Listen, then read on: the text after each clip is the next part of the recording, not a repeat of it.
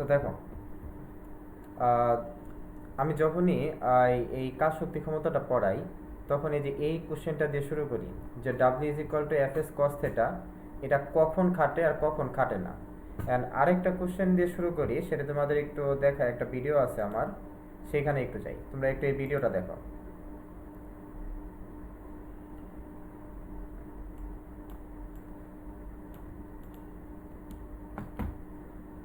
ধরে নাও যে তুমি মহাকাশে কি করছো, তুমি এই ফুটবলটা নিয়ে গেছো।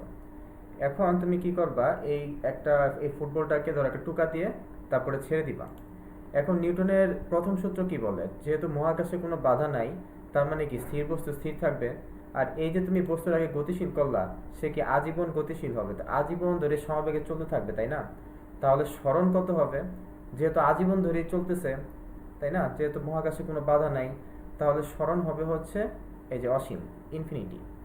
এখন সমস্যাটা হচ্ছে, তুমি এখন এই যে ডাব্লিউ is equal to f S বা এফ এস কস থিটা যাই হোক, এস এর মান ইনফিনিটি বসায় দাও, তারপর এফ এর মান ধরো 5 নিউটন বসাই দিছো, ধরো টুকা দিছো 5 নিউটন বলে, দেখো ডাব্লিউ এর মান অসীম চলে আসছে। বাট কোশ্চেন হচ্ছে এটা কি আদৌ সম্ভব কিনা, এটা কি আদৌ সম্ভব। আমি যা বলছি সেটা একটু এখানে দেখাই। আমি বলছি কি যে এখানে একটা ধরো বস্তু আছে, বা এখানে একটা ফুটবল ছিল, তুমি কি করছো, টুকা দিয়ে তাকে ছেড়ে দিছো। যেহেতু এটা মহাকাশ, তার মানে কি কোনো বাধা নাই, এই বস্তুটা আজীবন ধরেই চলতে থাকবে, তাই না, সমবেগে আজীবন ধরেই চলতে থাকবে। তার মানে স্মরণ হচ্ছে এই জায়গায় অ্যাকচুয়ালি অসীম। সো তুমি ডাব্লিউ ইজ ইকুয়াল টু ধরো এই যে এফ এস কস থেটা, ধরে নিলাম এফ এর মান হচ্ছে 5, স্মরণ হচ্ছে অসীম, আর কস 0 ডিগ্রি ধরে নিলাম, তাহলে দেখো ডাব্লিউ আসছে অসীম। কিন্তু আমার কোশ্চেন হচ্ছে, এই কাজটা আসলে করছে কে? এই কাজটা তো করছো তুমি, তাই না, তুমি মহাকাশে গিয়ে একটা টুকা মারছো। সো তোমার গায়ে কি অসীম পরিমাণ শক্তি আছে যে তুমি অসীম পরিমাণ কাজ করবা? এটা তো কখনো সম্ভব না, তাই না? তার মানে কি নিশ্চয়ই এখানে কোনো একটা ভুল আছে। সো তোমরা কি আমাকে বলতে পারবা অ্যাকচুয়ালি এখানে ভুলটা কই হয়েছে? কেউ একজন?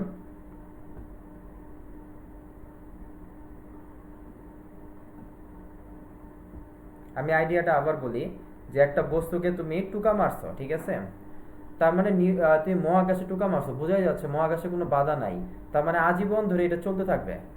আজীবন ধরে যদি চলতে থাকে, তাহলে তো স্মরণ ইনফিনিটি। এই স্মরণ ইনফিনিটি তুমি এখানে বসায় দাও, তুমি দেখো ডাব্লিউ পাচ্ছ ইনফিনিটি, বাট এটা তো অ্যাকচুয়ালি সম্ভব না। তার কারণ হচ্ছে কাজটা করছো তুমি, তোমার গায়ে তো অসীম শক্তি নাই যে তুমি কারো উপর অসীম পরিমাণ কাজ করতে পারবা। তার মানে নিশ্চয়ই এখানে একটা ঘাপলা আছে। ঘাপলাটা কি সেটা তোমাদেরকে একটু বলি। ঘাপলাটা হচ্ছে, স্মরণ কিন্তু ইনফিনিটি হবে না, ঠিক আছে, স্মরণ কিন্তু ইনফিনিটি হবে না। বোঝাই বলি স্মরণ জিনিসটা অ্যাকচুয়ালি কি। এখানে এস হচ্ছে যতক্ষণ তুমি বল প্রয়োগ করছো ততটুকু স্মরণ। অর্থাৎ দ্বারা ওই ভিডিওটাতে যাই, ওখানে খুব সুন্দর মতো বলা আছে। এই তো,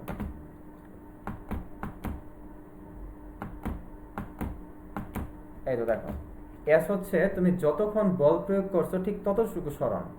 অর্থাৎ তুমি একটু চিন্তা করো, তুমি ধরো এই যে বস্তুটাকে টুকা মারছো, ঠিক আছে, এই পর্যন্ত তুমি বল প্রয়োগ করছো, তাই না?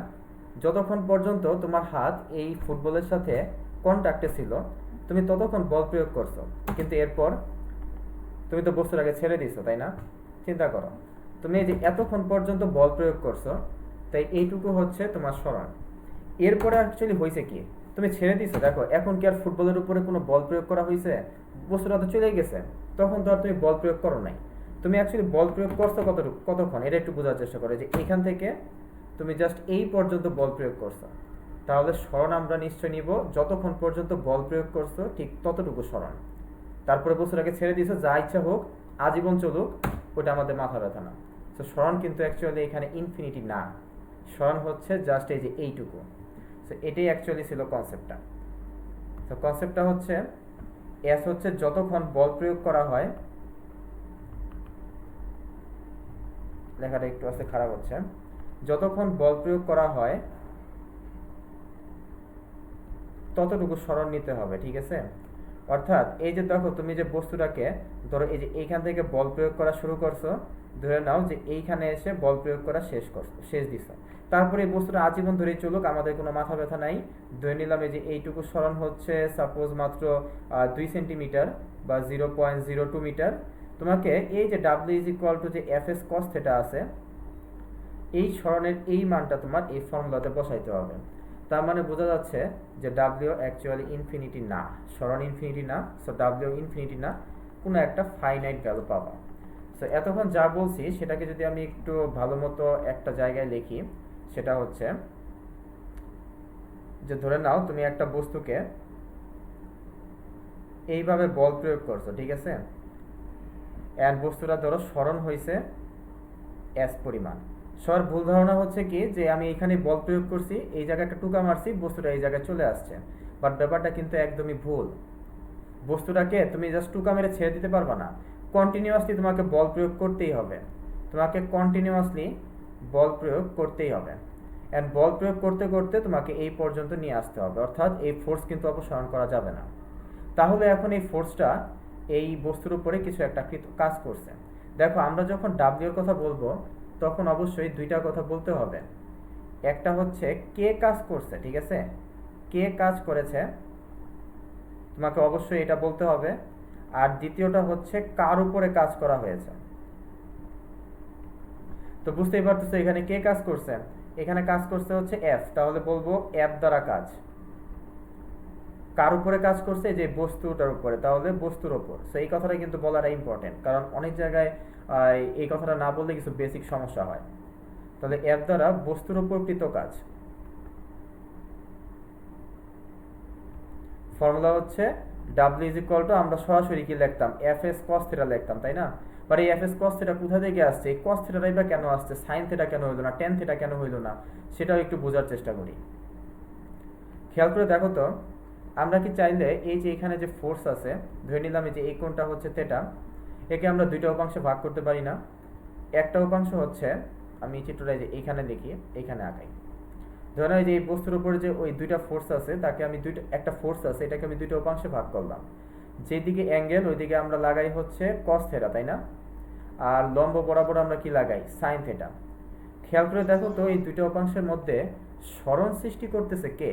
দেখো তো এই বস্তুটা সরণ সৃষ্টি করছে অ্যাকচুয়ালি এফ কস থেটা না? এফ সাইন থিটা কি কোনো সরণ সৃষ্টি করতে পারছে? পারে নাই তো। তার কারণ হচ্ছে দেখো পৃথিবী নিচের দিকে এমজি বলে টানতেছে, আবার মাটি উপরের দিকে একটা বল প্রয়োগ করছে আর, এই আর এফ সাইন থিটা এবং এমজি একে অপরকে ক্যান্সেল করে ফেলছে, তাই এদের আসলে কোনো ইফেক্ট নাই, বুঝছো? এদের কোনো ইফেক্টই নাই সরণ সৃষ্টিতে। একজন হয়ে গেছে, একটু মিউট করো।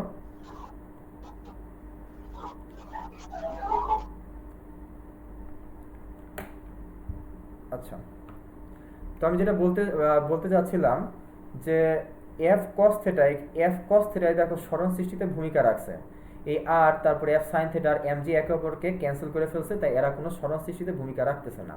সো আমরা পড়ছিলাম কি ক্লাস 9-10-এ, ডাব্লিউ ইজ ইকুয়াল টু বল আর সরণের গুণফল। সেখানে কোন বলটা নিব, এই যে এফ কস থিটা নিতে হবে অবভিয়াসলি, এই হচ্ছে আমার বল আর এই হচ্ছে আমার সরণ। সো এই যে এইখান থেকে অ্যাকচুয়ালি আমাদের এফ এস কস থিটা আসছে। এন্ড কেউ কি বলতে পারবা এই F s cos theta actually কি? ভেক্টরে পড়ছিলা কস থিটা কখন গুণ হয়?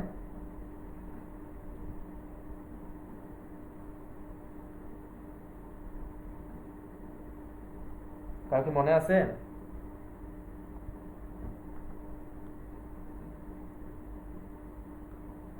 আচ্ছা আমি বলে দিই, এফ এস কস থিটা, ঠিক আছে, এটা হচ্ছে ওই যে পড়ছিলাম না যে এ ডট বি সমান সমান হচ্ছে a b cos theta. Actually f s cos theta সমান সমান আমি এফ ডট এস লিখতে পারি। তো দেখো W is equal to f s cos theta, ঠিক আছে, এই ফর্মুলাটা বুঝতে পারলাম। দ্বিতীয় কথাটা হচ্ছে খুবই ইম্পর্টেন্ট, সেটা হচ্ছে এই ফর্মুলাটা কখন খাটে। এই যে এফ এস কস থিটা যে আমি লিখলাম, এই ফর্মুলাটা অ্যাকচুয়ালি কখন খাটে? এটার আনসার হচ্ছে এই ফর্মুলাটা তখনই খাটবে যখন এফ কনস্ট্যান্ট। এই দেখো আমি খুবই ইম্পর্টেন্ট একটা কথা বলছি। তোমরা ক্লাস 9-10 এফএস বা এফএস কস থিটা কিছু একটা পড়ছো, বাট এটা অনেকেই জানতা না যে এই ফর্মুলা তখনই খাটে যখন এফ কনস্ট্যান্ট। এফ কনস্ট্যান্ট মানে কি? এফ তো একটা ভেক্টর, তাই না? একটা ভেক্টর কিভাবে কিভাবে কনস্ট্যান্ট হইতে পারে? মানেও কনস্ট্যান্ট হইতে হবে ও দিকেও কনস্ট্যান্ট হইতে হবে, এটা মাস্ট। এটা না হইলে এই ফর্মুলাটা খাটবে না। খেয়াল করে দেখো তো, ধরে নিলাম যে এখানেও ফোর্সের মান 5, এখানেও ফোর্সের মান 5, এখানেও দেখো ফোর্সের মান 5, অর্থাৎ প্রত্যেকটা পয়েন্টে ফোর্সের মান সেম। তার মানে কি? মানে কনস্ট্যান্ট। ইভেন খেয়াল করে দেখো দিকেও কনস্ট্যান্ট, এখানেও থেটা কোণ উৎপন্ন করছে, এখানেও এস এর সাথে থেটা, এখানেও এস এর সাথে থেটা, মানে দিকও কনস্ট্যান্ট। তার মানে যেহেতু এফ এখানে মানেও কনস্ট্যান্ট দিকেও কনস্ট্যান্ট, তাই আমরা W is equal to f s cos theta use করতে পারবো। কিন্তু যদি এফ কনস্ট্যান্ট না হয় তাহলে এটা পরে আছে, ইন্টিগ্রেশনে কিছু রুলস অ্যাপ্লাই করতে হয়। তো আপাতত আমি এখান থেকে একটা ম্যাথ দেখি, এই ফর্মুলাটা ইউজ করে একটা ম্যাথ দেখি, পরে ইন্টিগ্রেশনের ব্যাপারটা একটু পরে বলতেছি। দেখো আরেকটা কথা মাথায় রেখো, এই যে কে কাজ করছে, কার উপরে কাজ করছে, এই কথাটাও কিন্তু অবশ্যই বলতে হবে। দেখো এক ম্যাথ দিয়ে সবকিছু বুঝাই দিই। ধরে নাও যে এখানে 5 কেজি একটা বস্তু আছে, তুমি কি করছো? এইভাবে একটা বল প্রয়োগ করছো, ধরে নাও এফ এর মান হচ্ছে 10 নিউটন, আর এই অ্যাঙ্গেলটা হচ্ছে ধরে নিলাম 30 ডিগ্রি, ঠিক আছে? আর এখানে ধরো একটা ঘর্ষণ বল আছে, আপাতত ধরে নিলাম ঘর্ষণ বল আছে, এফ এটা 10 না 100 নিউটন বানাই দিই, আর ঘর্ষণ বল বানাই দিলাম ধরো 20 নিউটন। তো আমি এখানে অনেকগুলো কোশ্চেন, প্রথমত আমার বের করতে হবে এফ দ্বারা কাজ কত। এখানে দেখো অনেকগুলো ফোর্স আছে কিন্তু, ঠিক আছে? এফ আছে, ঘর্ষণ আছে, এমজি আছে, অনেক কিছু আছে। তো অনেকগুলো কোশ্চেন হবে, তারপরে মোট কাজও আমরা বের করব। সো চলো দেখি, শুরু করি। সো এফ দ্বারা কৃত কাজের ফর্মুলা একদমই সেম, ওই যে বললাম কে কাজ করছে, কার উপরে কাজ করছে, তাহলে এখানে কাজ করছে হচ্ছে এফ, তাহলে আমি লিখলাম ডাব্লিউ এফ। কার উপরে কাজ করছে? এই যে এই বস্তুর উপরে। ফর্মুলা কি? ওই যে এফ এস কস থেটা। আমি তো সরণই দেই নেই, ধরে নিলাম সরণ হচ্ছে 10 মিটার। তাহলে এই ম্যাথটা একদম ইজি ছিল। আমি কি করব? এফ এর মান 100 বসাবো, এস এর মান বসালাম 10, আর কজ এখানে 30 ডিগ্রি। তুমি একটু ক্যালকুলেট করে দাও তো, বলো তো একটু এটা কত আসে, একটু জটপট করে দাও।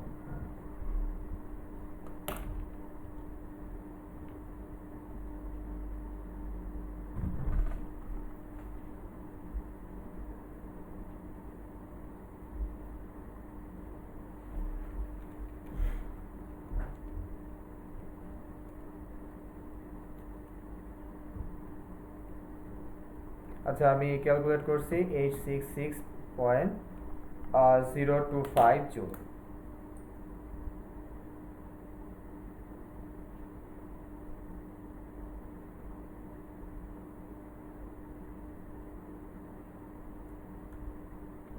আচ্ছা একটু সমস্যা হচ্ছে নাকি? আচ্ছা, দেখা তো যাচ্ছে। হ্যাঁ, আচ্ছা আমার কথা কি শোনা যায়? সমস্যা হচ্ছে মনে হয়। না ভাইয়া ক্লিয়ার। আচ্ছা ঠিক আছে তাহলে। সো দেখো এখান থেকে আমরা বুঝতে পারলাম যে অ্যাপ দ্বারা কাজ হচ্ছে 866.025। ওকে, এখন 2 নাম্বার কোশ্চেন ধরো আমি বের করতে চাই এই যে ঘর্ষণ দ্বারা কাজ কত। ওকে, তাহলে আমি এখন এই যে ঘর্ষণকে আমি ছোট হাতের অ্যাপ দ্বারা প্রকাশ করলাম। সো ডাব্লিউ ছোট হাতের অ্যাপ দ্বারা কাজ কি হবে? ফর্মুলা একই, এফ এস কস থিটা, ঠিক আছে? এখন খেয়াল করে দেখো যে সরণ, ধরে নিলাম বস্তুটা সরণ হয়েছে ডান দিকে, একটু মিউট হইল, হ্যাঁ। ধরে নিলাম বস্তুটা সরণ হয়েছে ডান দিকে, তাহলে সরণ হচ্ছে ডান দিকে, আর ঘর্ষণ কোন দিকে? ঘর্ষণ হচ্ছে বিপরীত দিকে। বোঝাই যাচ্ছে এদের মধ্যকার কোণ হচ্ছে 180 ডিগ্রি, তাই না? তাহলে ঘর্ষণের মান হচ্ছে 20, সরণের মান কত? 10, আর মধ্যবর্তী কোণ 180 ডিগ্রি, কজ 180 ডিগ্রি মান তো মাইনাস, এই যে এখানে মাইনাস আসছে। ওকে, ঘর্ষণ দ্বারা কাজ গেল। এখন ধরো আমার বের করতে ইচ্ছা করতেছে এমজি দ্বারা কাজ কত, ঠিক আছে? এবার দেখ, তাহলে এমজি দ্বারা কাজ কত? প্রথম কথা, চলো আমরা কমন সেন্স দিয়ে এই ম্যাথটা করে ফেলি। খেয়াল করে দেখো বস্তুটা সরণ হয়েছে ডান দিকে, পৃথিবী টানতেছে নিচের দিকে, তার মানে কি এমজি কি এই সরণটা সৃষ্টি করতে পারছে? কমন সেন্সই বলতেছে না, এমজি তো এই সরণটা সৃষ্টি করতে পারে নাই। তাহলে কাজ করতে হবে, অবভিয়াসলি জিরো হবে। এটা একটু বোঝার চেষ্টা করি, মানে ম্যাথ দ্বারা বোঝার চেষ্টা করি আসলে জিরো আসে কিনা। ফর্মুলা একই, এখানে ফোর্স লিখবো, এখানে লিখবো সরণ, তারপরে মধ্যবর্তী কোণ লিখবো এখানে। সো এই হচ্ছে ফোর্স mg, সরণ তো 10, আর মধ্যবর্তী কোণ কত এখানে 90 ডিগ্রি, আর cos 90 ডিগ্রি মান কত 0। সো mg দ্বারা কাজ আসছে 0। ইভেন তোমার যদি বের করতে ইচ্ছা করে যে ওই যে মনে আছে মাটির উলম্ব প্রতিক্রিয়া আর, এই আর দ্বারা কাজ কত, তুমি দেখবা যে আর দ্বারা কাজও 0 হবে। এই হচ্ছে ফোর্স, এই হচ্ছে সরণ, খেয়াল করে দেখো মধ্যবর্তী কোণ কত 90 ডিগ্রি, তাই না? সরণের সাথে মধ্যবর্তী কোণ 90 ডিগ্রি, তার মানে আর দ্বারা কৃত কাজও চলে আসছে 0। ঠিক আছে, mgও 0, আরও 0। সো আমি খালি ফোর্স এফ দ্বারা কাজ একটা পজিটিভ কাজ পাইছি, যে আসলে সরণ সৃষ্টিতে ভূমিকা রাখতেছে। এই এফটা সরণ সৃষ্টিতে ভূমিকা রাখতেছে, তাই এই জায়গায় পজিটিভ আসছে। ঘর্ষণ বাধা দিচ্ছে, এই জন্য নেগেটিভ আসছে। এটা আরো ভালো মতো বোঝা যায় যখন ওই যে কাজ শক্তির উপপাদ্য পড়বা, তখন আরো ভালো মতো বুঝবা প্লাস মাইনাসের ব্যাপারটা। এখন ধরো 4 নাম্বার কোশ্চেন, মোট কাজ কত। এই ম্যাথটা আমরা দুইভাবে করব। প্রথম ওয়েটাতে একদমই ইজি, মোট কাজ কেমনে বের করব, জাস্ট যোগ করে দিব, তাই না? অর্থাৎ এফ দ্বারা কাজ, ফ্রিকশন দ্বারা কাজ, এমজি দ্বারা কাজ, আর দ্বারা কাজ, সবগুলো যোগ দিয়ে দিব। অর্থাৎ এফ দ্বারা কাজ কত 866, ঘর্ষণ দ্বারা 200, এমজি দ্বারা 0, আর দ্বারা 0। তো যা আনসার হয় সেটাই। এই তো এই ম্যাথটা কিন্তু চাইলে এই যে লাস্টের যে ম্যাথটা আছে মোট কাজ বের করার, এটা চাইলে আমরা একটা বিকল্প ওয়েতেও করতে পারি। ঠিক আছে, একটা বিকল্প ওয়ে আছে মোট কাজ বের করার। সেটা হচ্ছে, দেখো তো মোট কাজ মানে কি, সবগুলো ফোর্স মিলে যে কাজ করছে, তাই তো? মোট কাজ মানে হচ্ছে সবগুলো ফোর্স যে কাজ করছে, সবগুলো ফোর্সের দ্বারা কৃত কাজ। এখন সবগুলো ফোর্স মানে কি, সবগুলো ফোর্সকে যোগ করলে আমরা কি পাবো? নিশ্চয়ই আমরা লব্ধি পাবো, মানে সবগুলো ফোর্সের যোগফল, এরা সমান সমান তো অ্যাকচুয়ালি লব্ধি এফ নিট, তাই না? তো সবগুলো ফোর্সের যোগফল হচ্ছে এফ নিট। তার মানে আমি সামহাও একটা কাজ করি, লব্ধি ফোর্সটা বের করি, তারপর সরণের সাথে গুণ দিয়ে দিব, দেখবো আমার আনসার চলে আসবে। তো খেয়াল করে দেখো, আমার যে বস্তুটা আছে সেই বস্তুটার উপর এইভাবে একটা বল প্রয়োগ করা হয়েছিল 30 ডিগ্রি কোণে, আর ঘর্ষণ বল অ্যাপ্লাই করছিলাম আমি এই দিকে, তাই তো? এফ এর মান ছিল কত? এফ এর মান ছিল 100 নিউটন, আর ঘর্ষণ বলের মান সম্ভবত ছিল হচ্ছে 20 নিউটন। হ্যাঁ, 20 নিউটন ছিল। এখন আমি লব্ধি বের করতে চাই, কি করব আমি? ওই যে আমি এফটাকে উপাংশে ভাগ করব, যার সাথে অ্যাঙ্গেল ওইদিকে লাগাবো হচ্ছে কস, আর লম্ব বরাবর লাগাবো হচ্ছে সাইন। ওকে, আর এই যে পেছনের দিকে হচ্ছে ফ্রিকশনটা আমার। কিন্তু এফ সাইন 30 ডিগ্রি কি আমার এই সরণ সৃষ্টিতে কোনো ভূমিকা রাখছে? অবশ্যই না। তার কারণ হচ্ছে যে পৃথিবী নিচের দিকে টানতেছে এমজি বলে, আর মাটির উলম্ব প্রতিক্রিয়া হচ্ছে আর উপরের দিকে, তাই তো? তার মানে আচ্ছা একটা কাজ করি, এই এই কি বলে এই বস্তুর ভরটাকে একটু বাড়াই দেই, বুঝছো? নাহলে এই এফ সাইন 30 ডিগ্রি এত বড়, এই বস্তুটা তো আকাশে উড়ে যাবে। এটা কাজ করি, এটা 5 কেজি না দিয়ে 500 কেজি বানাই দিই। ঠিক আছে, এখন আর এই বস্তুটা, মানে আগে সমস্যা ছিল কি বস্তুটা হালকা ছিল, এই যে এফ সাইন 30 ডিগ্রি চাইলে আকাশে উড়াই নিয়ে যেতে পারতো, বাট এখন বস্তুটাকে ভারী বানাই ফেলছি, কোনো সমস্যা নাই। আর ভর যে চেঞ্জ করছি এটা নিয়ে প্যারা খাও না, আমি দেখো কোথাও কিন্তু ভর এখনো ইউজ করি নাই। ঠিক আছে, কোথাও দেখো ভর ইউজ করি নাই। সো ম্যাথ আগের মতোই থাকবে, প্যারা নাই। ওকে, তো যেটা বলতেছিলাম, এই বস্তুটা অনেক ভারী, এফ সাইন 30 ডিগ্রি তাকে উপরে উঠাইতে পারে নাই, এমজি তো তাকে কোনোদিনও নিচে নামাইতে পারবে না। তার মানে কি উপরের ফোর্সগুলো একে অপরকে ক্যান্সেল করে ফেলছে। তাহলে লব্ধি কোন দিকে হবে? তাহলে লব্ধি হবে হচ্ছে ডান দিকে, কারণ দেখো সরণ সৃষ্টি হয়েছে ডান দিকে, তার মানে বোঝাই যাচ্ছে যে বস্তুটা ডান দিকে যাচ্ছে, হয়তো লব্ধি সৃষ্টি হয়েছে ডান দিকে। সো আমরা কি করব, ওই যে এফ কস 30 ডিগ্রি থেকে ঘর্ষণটা বিয়োগ দিয়ে দিব। সেটা কত আসে দেখি, 100 cos 30 মাইনাস 20, সেটা আসছে 66.6 নিউটন। এখন দেখো তো আমি কি বলছিলাম, মোট কাজ মানে কি, এই যে লব্ধি দ্বারা কৃত কাজ। সো আমি এখন যে কাজটা করব, যে ডাব্লিউ টোটাল, একদম সিম্পল। আমি এখন এই যে লব্ধি দ্বারা কৃত কাজ, এই হচ্ছে সরণ, এই হচ্ছে মধ্যবর্তী কোণ।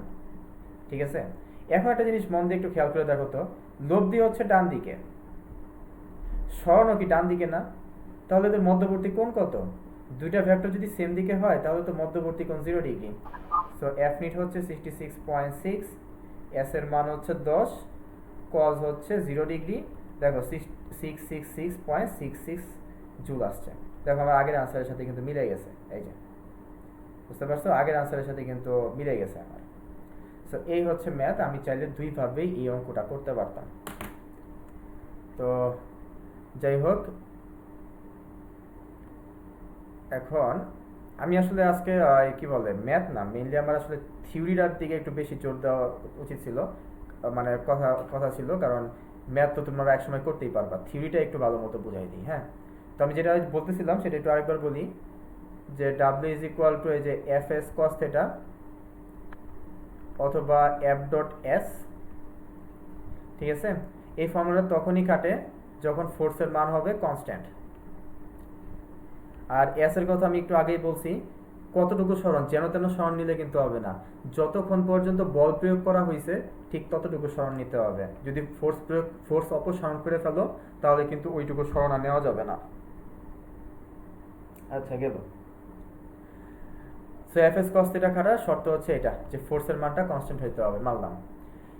এখন একটু চিন্তা করি, চলো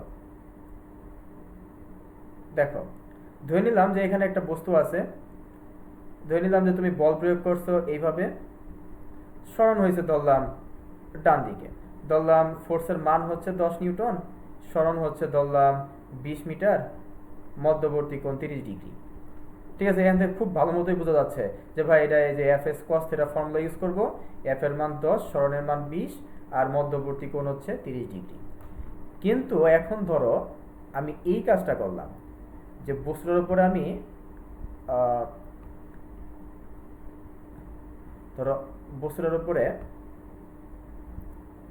আমি বল প্রয়োগ করছি হচ্ছে ধরো ধরো কিছু একটা 10 নিউটন, বস্তুটার সরণ হয়েছে হচ্ছে ধরে নিলাম 20 মিটার, এই কোণটা দেওয়া আছে হচ্ছে ধরলাম 120 ডিগ্রি। সো এখন তোমাকে বলছে ডাব্লিউ এর মান কত হবে সেটা বের করতে। এখন ভাই তুমি যদি ওই যে F s cos theta formula apply করো, এফ এর মান হচ্ছে 10, এস এর মান 20, মধ্যবর্তী কোণ 120 ডিগ্রি, তাইলে কিন্তু ভাই ভুল হয়ে যাবে, ঠিক আছে? কারণ এখানে একটু গ্যাঞ্জাম আছে। আমরা অ্যাঙ্গেলটা এই যে দেখছো 120 ডিগ্রি, মানে যে এখানে যে থেটা আছে, এই থেটা কিন্তু আমরা যেন তেন ভাবে নিতে পারবো না, ঠিক আছে? এই থেটা নেওয়ার কিন্তু একটা কন্ডিশন আছে। এই থেটা নেওয়ার কন্ডিশন হচ্ছে, দেখো আমরা কি জানি, এই হচ্ছে একটা ভেক্টর, এই পয়েন্টটাকে কি বলে, ভেক্টরের পাদবিন্দু বলে, তাই না? বা আমরা চাইলে লেজও বলতে পারি। সো আমাদের শর্ত হচ্ছে যে এফ ভেক্টর এবং এই যে আমাদের যে সরণ ভেক্টর আছে, এদের পাদবিন্দু দুইটা একসাথে মিলিত হইতে হবে, আর মিলিত হওয়ার পরে যেই কোণ, ওই কোণটাই আমাদেরকে এই ফর্মুলাতে বসাইতে হবে। কিন্তু খেয়াল করে দেখো তো, এই জায়গায় কি দুইটা পাদবিন্দু মিলিত? এফ এর পাদবিন্দু হচ্ছে এই যে এইটা, আর সরণের পাদবিন্দু এইটা, মানে হয়েছে কি একটা ভেক্টরের মাথা আর একটা লেজের ভিতরে ঢুকে গেছে। এটা তো সমস্যা, এটা তো করা যাবে না। তাহলে আমাদের উপায় কি? ভেক্টরটাকে শিফট করতে হবে। দেখো তো, আমি কি চাইলে এই ফোর্সটাকে শিফট করে, এই যে এই ফোর্সটাকে একদমই সিম্পল, দেখো আমি কি করব, কপি পেস্ট করব। এই যে ফোর্সটা দেখতেছো, এটাকে আমি এই যে কপি পেস্ট করে এই জায়গায় নিয়ে চলে আসছি। এখন দেখো তো এই কোণটা কত হয়, এই যে এটা হচ্ছে অ্যাকচুয়ালি এফ। এখন দেখো তো এই কোণটা কি আর 120 ডিগ্রি থাকে? এই কোণটা হয়ে যায় হচ্ছে 30 ডিগ্রি, ঠিক আছে? সো আমাদেরকে এই কোণটাকে এই ফর্মুলায় বসাইতে হবে।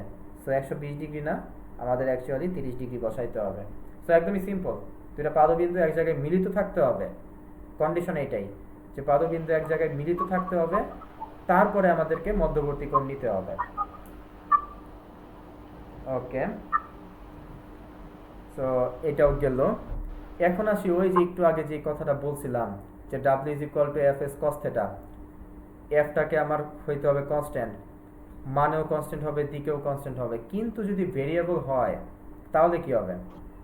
চলো দেখি, আমরা এটা একটু বোঝার চেষ্টা করি। ইফ ফোর্স যদি ভেরিয়েবল হয়,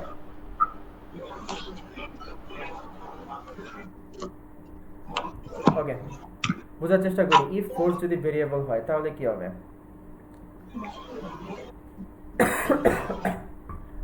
দেখো, যদি ফোর্স যদি ভেরিয়েবল হয় তাহলে সমস্যা নাই, ফর্মুলা তো থাকবে। আমাকে প্রথমে এই কথাটা বলো তো, তোমাদের নিশ্চয়ই হয়তো মনে আছে যে ডিএস অ্যাকচুয়ালি কি? এস তো আমরা জানি নর্মালি সরণ, আর ডিএস মানে কি? ডিএস হচ্ছে অতি ক্ষুদ্র সরণ, তাই না? আচ্ছা, একজন মিউট করো একটু, কারো মাইকটা অন হয়ে গেছে, একটু মিউট করো।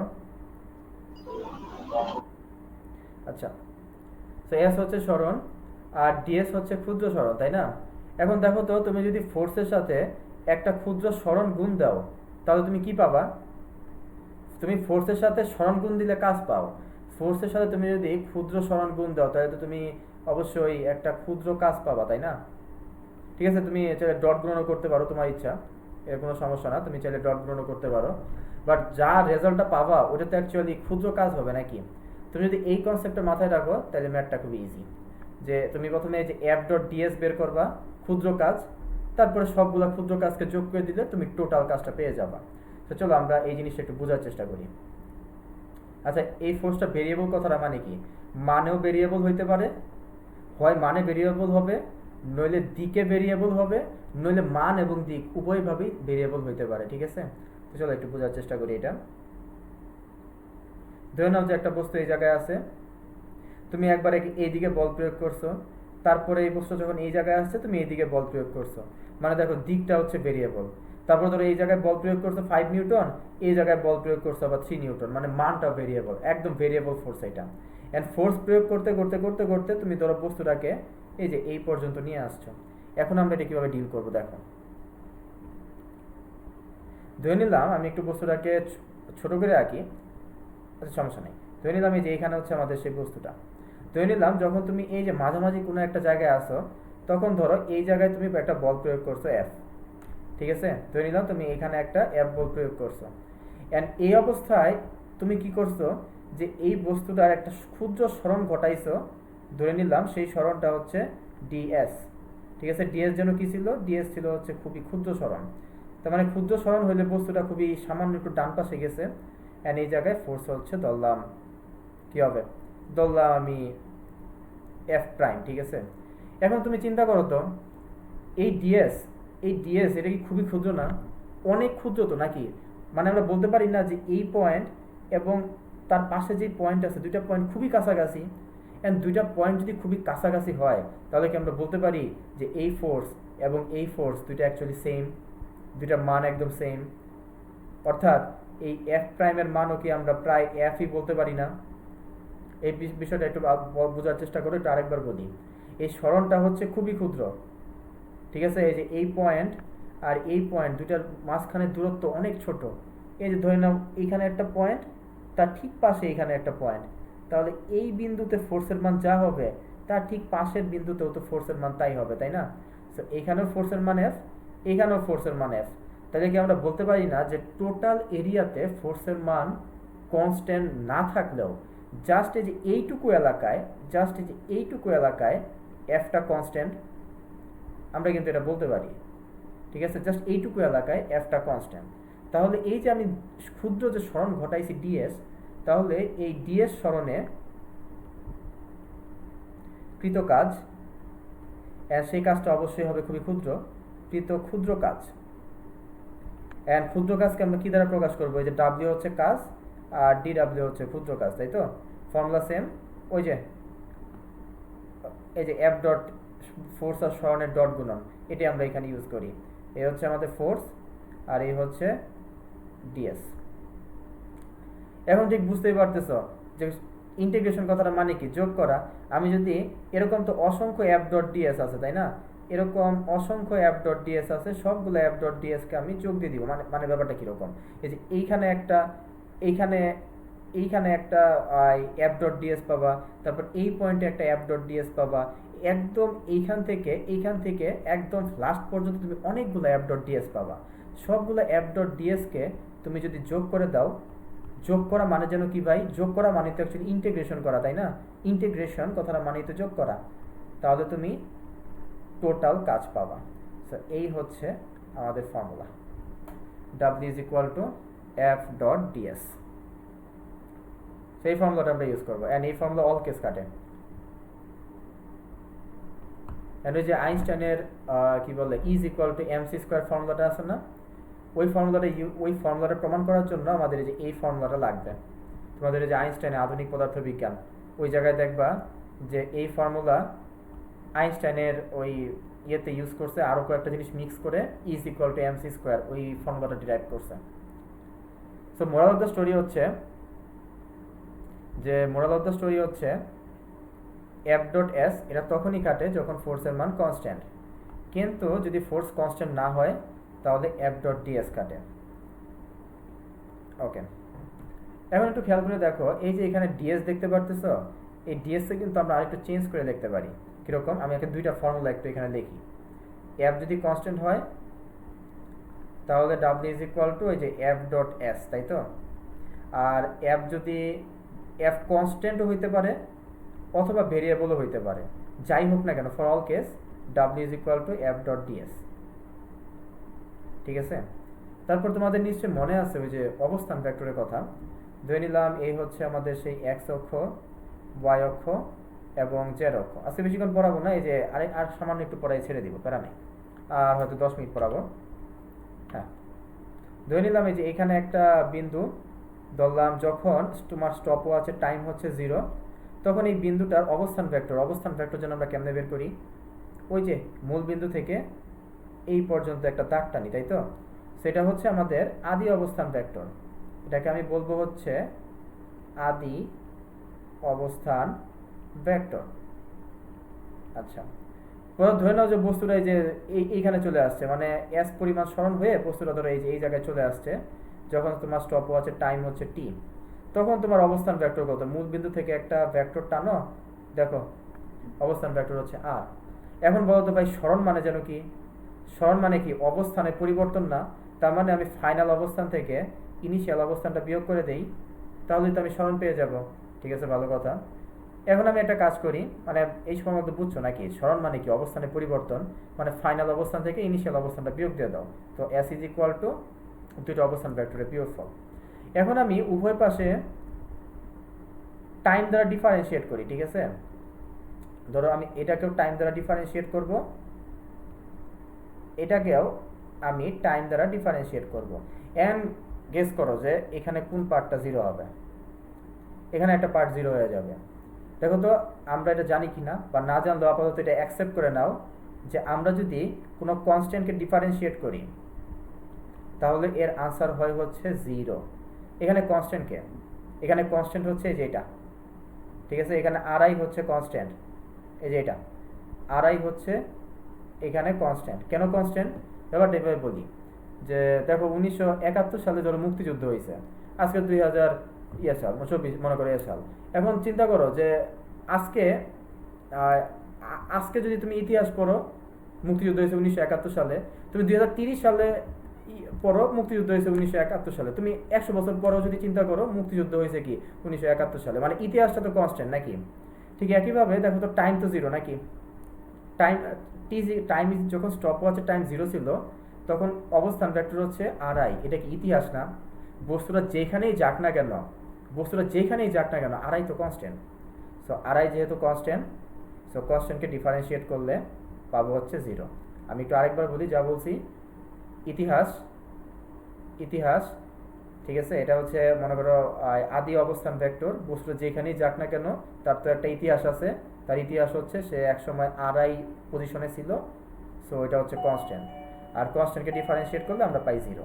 সো ডিএস বাই ডিটি সমান সমান হচ্ছে ডিআর বাই ডিটি। ডিটি কাটো, তাহলে তুমি পেয়ে যাবা হচ্ছে ডিএস সমান সমান ডিআর। ওকে, তো আমি আসলে কেন এই কথাটা বললাম, দেখো এই যে এখানে যে সরণ আছে, তুমি চাইলে এটা এই জায়গায় বসায় দিতে পারো, অ্যান্ড এই যে এখানে যে ডিএস আছে তুমি চাইলে এটা এখানে বসায় দিতে পারো। অর্থাৎ তুমি এই ফর্মুলাটাকে এইভাবে লিখতে পারো, এফ ডিএস এর জায়গায় তুমি বসায় দিতে পারো ডিআর। অর্থাৎ তুমি সরণের রেসপেক্টে ইন্টিগ্রেশন না করে তুমি চাইলে অবস্থান ভেক্টরের রেসপেক্টেও ইন্টিগ্রেশনটা করতে পারো। এখন চলো এই ঘটনাটা তোমাদের একটু একটা ম্যাথ দিয়ে ভালো মতো বোঝানোর চেষ্টা করি। ঠিক আছে, এই দুটো ফর্মুলা তোমরা মুখস্থ রাখো। আচ্ছা, এই দুটো ফর্মুলা তোমাদের মুখস্থ থাকবে। এখন দেখো আমরা একটা ম্যাথ করি। ধরে নাও যে একটা বস্তুর উপরে তুমি বল প্রয়োগ করছো।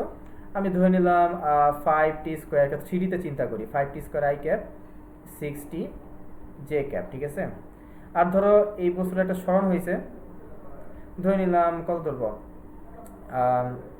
ধরে নিলাম 2t i cap plus 3t square J cap, ঠিক আছে, সাপোজ। আর এস, হ্যাঁ ঠিক আছে, সমস্যা নেই। আচ্ছা এস না দিয়ে 8 বলি, অবস্থান ভেক্টরের রেসপেক্টে করি, ঠিক আছে। ওকে, এর আরও একটা কথা বলা আছে যে আদি অবস্থান ভেক্টর, আরও একটা কথা বলা আছে, ধরে নাও যে আদি অবস্থান ভেক্টর কোথায়, মনে করো একটা বস্তু কোথায় ছিল আগে, ধরে নিলাম যে কত ধরবো, ধরলাম -2i cap plus 3j cap অবস্থানে ছিল। তো তোমাদেরকে বের করতে হবে যে 5 সেকেন্ডে অ্যাপ দ্বারা কৃত কাজ কত। এই ম্যাথটা একটু মন দিও,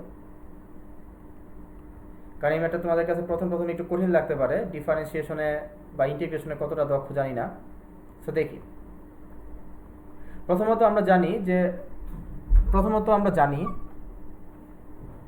যে আচ্ছা ডাব্লিউর উপরে ভেক্টর দিলাম কেন, প্রথমত আমরা জানি যে ডাব্লিউ ইজ ইকুয়াল টু হচ্ছে ইন্টিগ্রেশন অফ, এই যে এই ফর্মুলাটা ইউজ করবো, এফ ডট ডিআর। ওকে, সো খেয়াল করে দেখো এফ এর মান একদম সরাসরি এখানে দেওয়া আছে, তাই তো। সো আমাদের অ্যাকচুয়ালি ডিআরটা বের করতে হবে, বাট এটা তো আর, তবে ডিআর কেমনে বের করবো, চলো দেখি কেমনে বের করা যায়। আর ইজ ইকুয়াল টু হচ্ছে 2ti cap plus 3t square J cap, ঠিক আছে। এখন দেখো তো আমি যদি টাইম দ্বারা ডিফারেন্সিয়েট করি তাহলে কি হবে, আমি একটু ঝটপট করি, ঠিক আছে, একটু সময় বাঁচানোর জন্য একটু ঝটপট করলাম। যে এটাকে ডিফারেন্সিয়েট করলে আসবে 2i ক্যাপ, আর এটাকে ডিফারেন্সিয়েট করলে আসবে হচ্ছে 60j ক্যাপ। এখন আমি এই ডিটিকে এই পাশে নিয়ে যাই, তাহলে ডিআর সমান সমান আসবে হচ্ছে 2i cap plus 60j cap DT. খেয়াল করে দেখো আমি ডিআর এর মানটা পেয়ে গেছি, তাই না। এখন এই ডিআর এর মানটা আমি এখানে বসাই দিই, তাহলে আমাদের কাজ শেষ। এফ কত, এফ হচ্ছে 5t square i cap plus হচ্ছে কত 60j ক্যাপ, ডট করবো হচ্ছে ডিআর, ডিআর মানে 2i cap plus 60j cap, আর এখানে একটা ডিটি আছে, ঠিক আছে। সময় কত, সময় হচ্ছে ধরলাম 0 সেকেন্ড, আগে সময় ছিল ধরলাম 0 সেকেন্ড, পরবর্তীতে দেখো যে 5 সেকেন্ড পরে কাজ কত, তাহলে এখানে ধরলাম t is equal to 5 second. Okay, এখন দেখো তো ডট গুণন করতে বলছে, তার মানে একদমই ইজি। ডট গুণন মানে কি, যে আই ক্যাপের সহগ আর আই ক্যাপের সহগ গুণ, তাহলে 10t স্কোয়ার, তারপর জে ক্যাপের আর জে ক্যাপের সহগ গুণ, তাহলে 16t স্কোয়ার ডিটি। ওকে, সো 0 থেকে 5। তো তোমাদের আমি অনেক ইন্টিগ্রেশন করাইছি, তাই না, প্রচুর ইন্টিগ্রেশন করাইছি। এটা ইন্টিগ্রেশন করতে তো তোমাদের কোনো সমস্যা হওয়ার কথা না, একদমই ইজি। সেটা তোমাদের এইচডাব্লিউ থাকবে, এই জিনিসটা তোমরা বাসায় করবা। আমি তোমাদের সাথে আরেকটা কনসেপ্ট পড়ায় আজকের মতো শেষ দিই, এটা ইম্পর্টেন্ট কনসেপ্ট, এই যে এই W is equal to F dot DR নিয়ে। সো খেয়াল করে দেখো, একটা নতুন কনসেপ্ট শিখাই। একটু আগেই বললাম যে কাজের ফর্মুলা হচ্ছে এফ ডট ডিএস অথবা এফ ডট ডিআর, ঠিক আছে। কিন্তু যদি আমি এটাকে ওয়ান ডাইমেনশনে চিন্তা করি, সাপোজ আমি ওয়ান ডাইমেনশনে চলে যাই। ওয়ান ডাইমেনশন কথাটা মানে কি, এক্স অক্ষ বরাবর, ঠিক আছে, একটা মাত্র অক্ষ থাকবে, হয় ডান দিকে নইলে বাম দিকে, ব্যাপারটা এরকম। সো আমি প্রথমে ম্যাথের সুবিধার জন্য ধরে নিলাম যে তুমি ফোর্স প্রয়োগ করছো ধরো ডান দিকে, এন্ড এই বস্তুটা খুবই ক্ষুদ্র সরণ হয়েছে হচ্ছে ডান দিকে, তার মানে কি এদের মধ্যবর্তী কোণ 0 ডিগ্রি, রাইট। ধরে নিলাম ফোর্সটা ধরলাম ডান দিকে, ধরে নিলাম যদি উল্টা দিকে হয় তাহলে একটা মাইনাস চলে আসবে, প্যারা না এটা নিয়ে। So W is equal two, এই হচ্ছে এফ, এই হচ্ছে ডিএস, আর এই হচ্ছে মধ্যবর্তী কোণ। সো ডাব্লিউ সমান সমান আমি পেয়ে গেলাম এফ ডিএস। ওকে, আমি এখন ওয়ান ডাইমেনশনে আসি। এফ ডিএস ঠিক একইভাবে আমি চাইলে যে এটাকেও একটু মডিফাই করে আমরা লিখতে পারি এফ ডিআর, কোনো সমস্যা নাই, ঠিক আছে। এই যে এটাকে মডিফাই করলেও সেম আসবে এফ ডিআর। ওকে, এখন আমি যে কথাটা আসলে বলতে চাই, তোমাদের কি মনে আছে যে ইন্টিগ্রেশন করা মানে যেন কি, ইন্টিগ্রেশন আমরা তো এতক্ষণ ধরে খালি ইন্টিগ্রেশন করতেছি। What is integration? ইন্টিগ্রেশন করা একে তো আমরা শিখলাম যে যোগ করা। আরেকটা কথা কি তোমার মনে আছে, ওই যে গ্রাফের ক্ষেত্রফল, ইন্টিগ্রেশন করার কিন্তু আরেকটা মিনিং হচ্ছে গ্রাফের ক্ষেত্রফল। ব্যাপারটা একটু বুঝাই বলি। ধরে নাও যে এখানে হচ্ছে এফ, আর এই জায়গায় ধরলাম অবস্থান ভেক্টর, ওয়ান ডাইমেনশনে আছি এখন। সো ধরে নিলাম যে কোনো এক সময় বস্তুটা এই যে এই জায়গায় ছিল, ধরে নাও ইনিশিয়ালি বস্তুটা 2 মিটার দূরে ছিল মূল বিন্দু থেকে।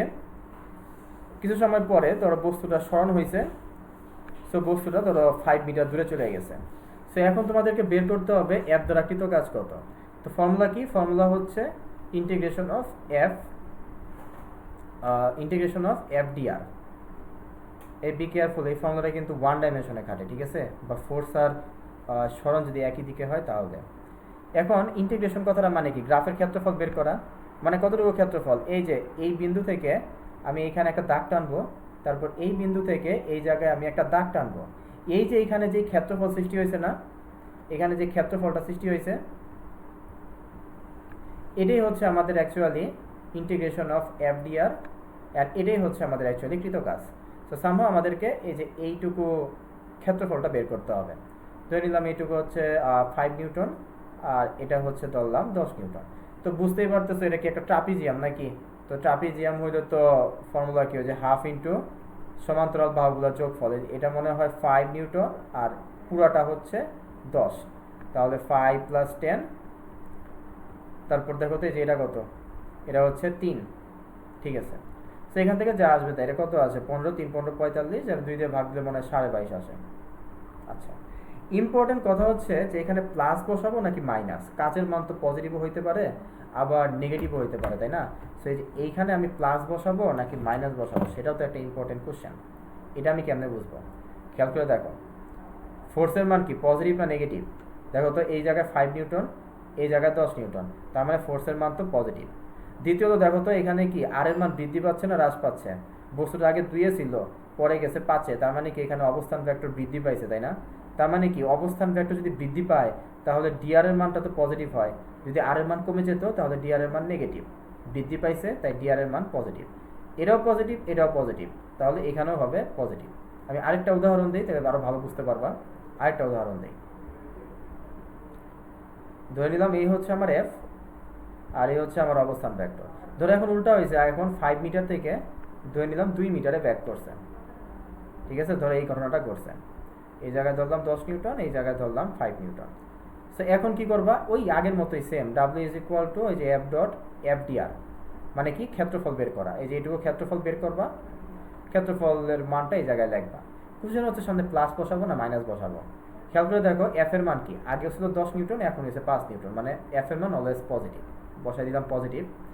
ডিআরটা এখন একটু খেয়াল করে দেখো তো, 5 মিটার থেকে 2 মিটার হয়েছে, তার মানে কি আর এর মান কি হ্রাস পাইছে।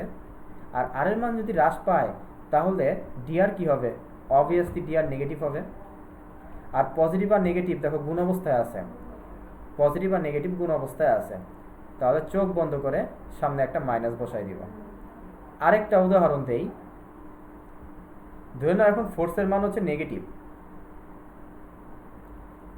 ঠিক আছে? ধরে নাও এখন ফোর্সের মান হচ্ছে নেগেটিভ। ধরো 2 মিটার থেকে 5 মিটার দূরত্বে কোনো একটা বস্তু গেছে, ফোর্সের মান হচ্ছে নেগেটিভ। আচ্ছা, ফোর্সের মান নেগেটিভ না, আরে একটা বড় সড়ো একটা ল্যাঙ্গুয়েজের ভুল হয়ে যায়। তো এই মান কোনোদিন নেগেটিভ হয় না, মান তো অলওয়েজ পজিটিভ, ঠিক আছে? ধরে নাও যে এফ এর মান হচ্ছে -5 সাপোজ। এই মাইনাস মানে তো ডিরেকশন প্রকাশ করে, তাই না? এই মাইনাস মানে তো বোঝায় হচ্ছে দিক, মানে বস্তুটা সরণ হচ্ছে, যদি কল্পনা করো ডান দিকে, মাইনাস মানে বোঝাচ্ছে যে ফোর্স প্রয়োগ করতেছো বাম দিকে। আই হোপ বুঝতে পারছো, মান অলওয়েজ পজিটিভ। মান হচ্ছে 5 নিউটন, মাইনাস দ্বারা ডিরেকশন বোঝাচ্ছে।